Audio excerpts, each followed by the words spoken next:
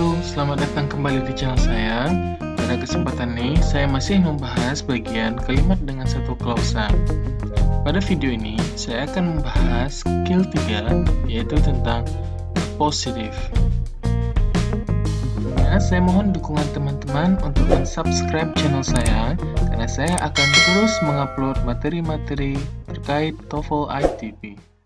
Baiklah, kita masuk ke materi skill 3, yaitu awas appositive.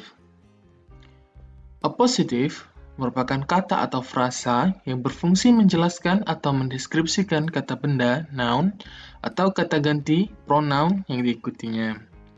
Appositive itu tersendiri dapat membingungkan kita untuk menentukan subjek dalam sebuah kalimat. Nah, sini appositive itu adalah noun or pronoun yang memiliki arti sama atau mendeskripsikan si subjek tersebut. Kita langsung ke contohnya. Di sini, Sally, the best teacher in school, got a scholarship. Kita identifikasi subjek, verb, dan appositive-nya tersendiri. Sally merupakan subjek. Nah, the best teacher in school ini appositive. Jadi, the best teacher in school ini adalah deskripsi dari si Sally. Nah, jadi di sini fungsi appositive-nya itu adalah mendeskripsikan si Sally tersebut. Got adalah verb dan scholarship. Nah, di sini appositive di sini merupakan non-restrictive appositive. Jadi, apabila appositive-nya dihilangkan, maka kalimat tersebut masih dapat dimaknai atau masih dapat dimengerti. Seperti ini. Sally got a scholarship. Jadi kita masih paham jika kalimat appositive-nya ini kita hilangkan. Oke, contoh selanjutnya. Raisa's friend, Judika, asks me to sing together. Nah, Raisa's friend merupakan subjek, Judika merupakan appositive. Jadi, appositive di sini menjelaskan Raisa's friend. Raisa's friend ini ada bisa banyak gitu kan.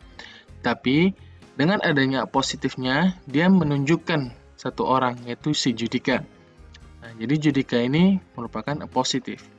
Ask merupakan verb. To sing together.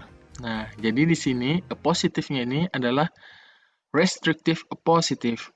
Jadi, jika kita hilangkan appositive-nya, maka kita tidak dapat memaknai secara utuh dari kalimat tersebut.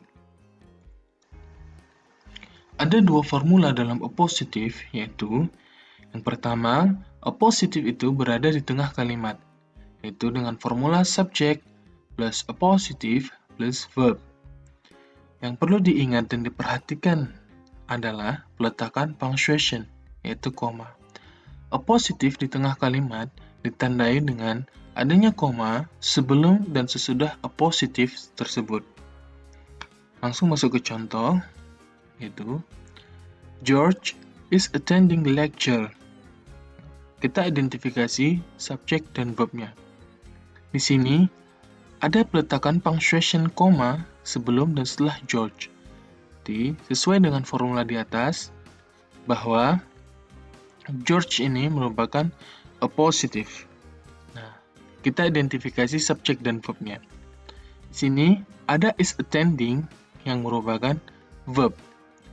Di sini attending merupakan present participle yang dapat berfungsi sebagai verb dikarenakan ada to be is sebelum present participle tersebut. Nah, ada verb berarti missing word atau jawaban yang harus kita cari adalah subjek. Kita harus mencari subjek pada pilihan yang tersedia. Right now itu bukan merupakan subjek, melainkan keterangan waktu. Happily merupakan kata keterangan.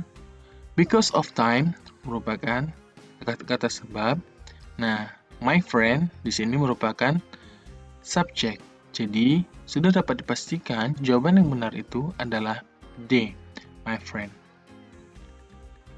Formula yang kedua, yaitu appositives berada di awal kalimat dengan formula appositive plus subject plus verb.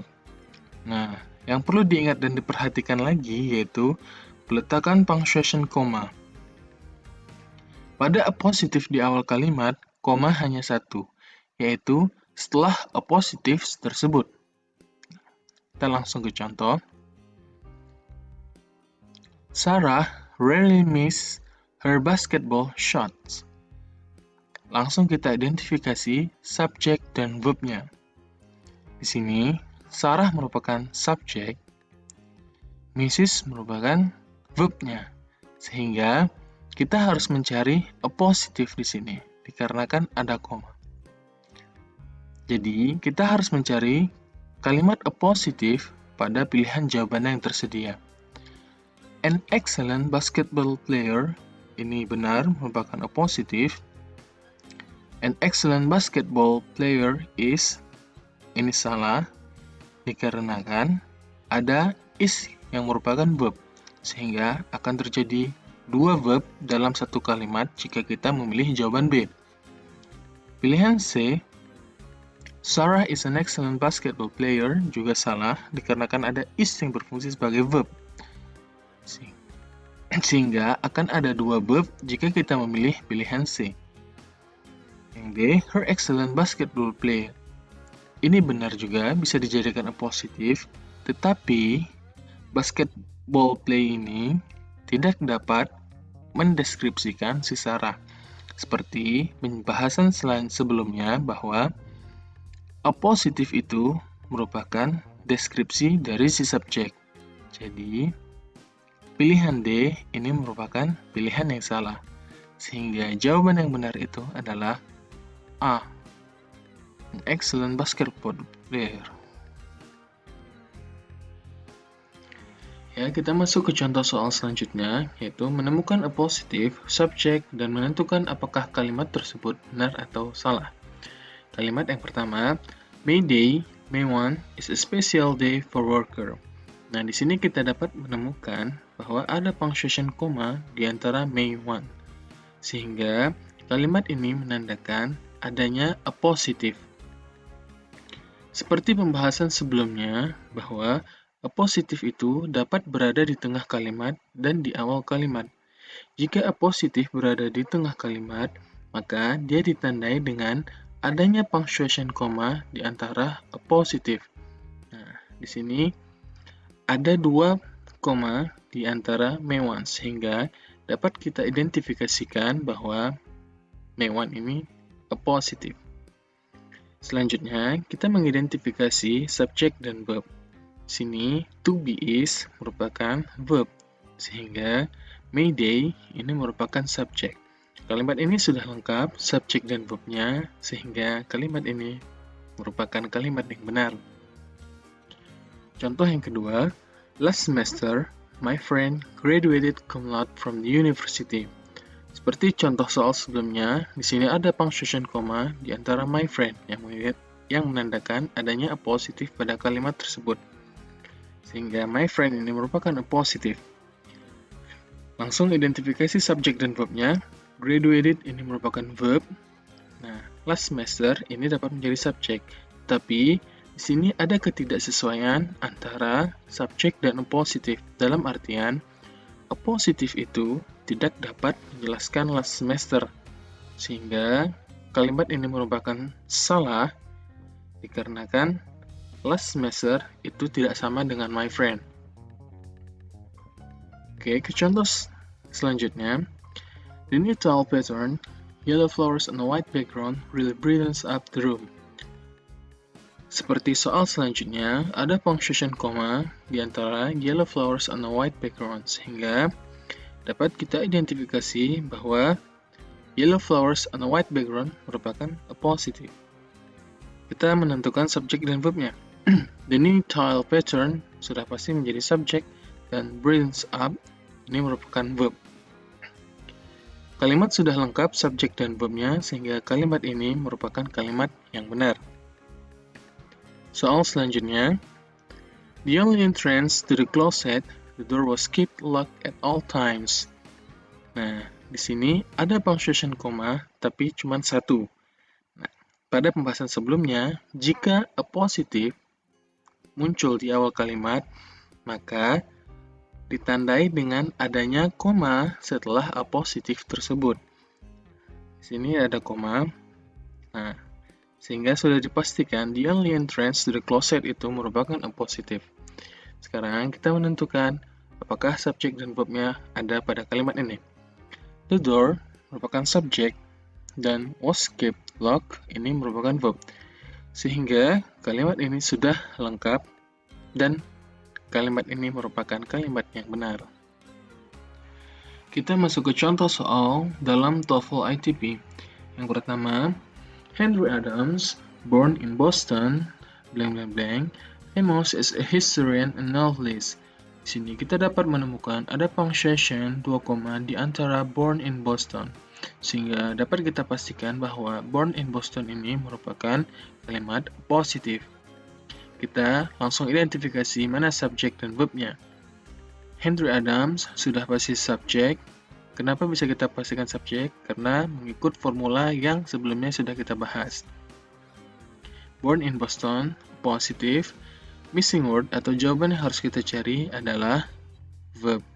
Nah, berarti kita harus mencari verb pada pilihan-pilihan yang tersedia. Pilihan A, became, ini merupakan pilihan yang benar karena merupakan verb 2 atau verb past dari become. Pilihan B, and become, ini merupakan pilihan yang salah karena pada kalimat ini tidak memerlukan konektor and. Pilihan C, he was, merupakan juga pilihan yang salah dikarenakan ada he yang dapat berfungsi sebagai subjek. Sehingga jika kita memilih pilihan C, maka akan ada dua subjek dalam kalimat ini. Pilihan D, becoming, ini merupakan pilihan yang salah karena ini merupakan present participle yang berbentuk adjektif, bukan verb. Karena present participle ini tidak didahului oleh to be. Sehingga jawaban yang benar adalah A, became. Kita lanjut ke soal kedua. The tetracyclines, antibiotics are used to treat infections. Ada punctuation 2 koma di sini di antara jawaban yang harus kita cari dan antibiotics, sehingga kita dapat menentukan bahwa kalimat ini atau jawaban yang harus kita cari ini merupakan apositif. Tapi kita harus mengidentifikasi mana subjek dan verbnya.